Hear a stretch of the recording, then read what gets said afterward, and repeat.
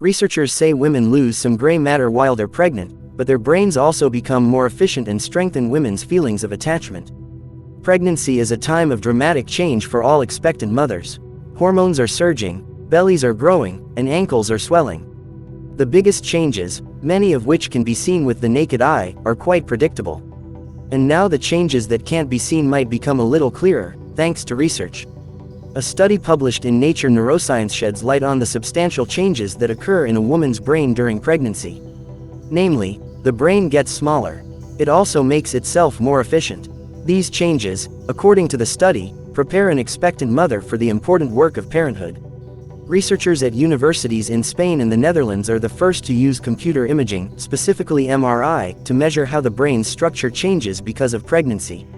While scientists have known for some time how pregnancy affects the brains of rodent mothers, they've never had a clear understanding of what happens in humans.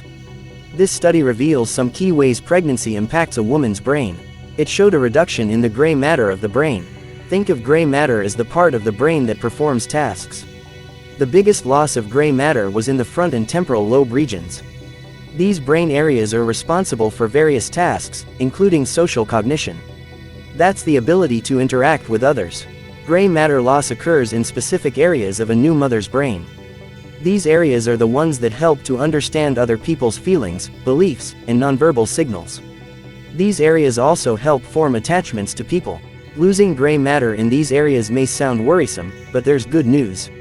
The researchers found that women who experienced greater gray matter loss in those areas also had greater feelings of attachment to their infants.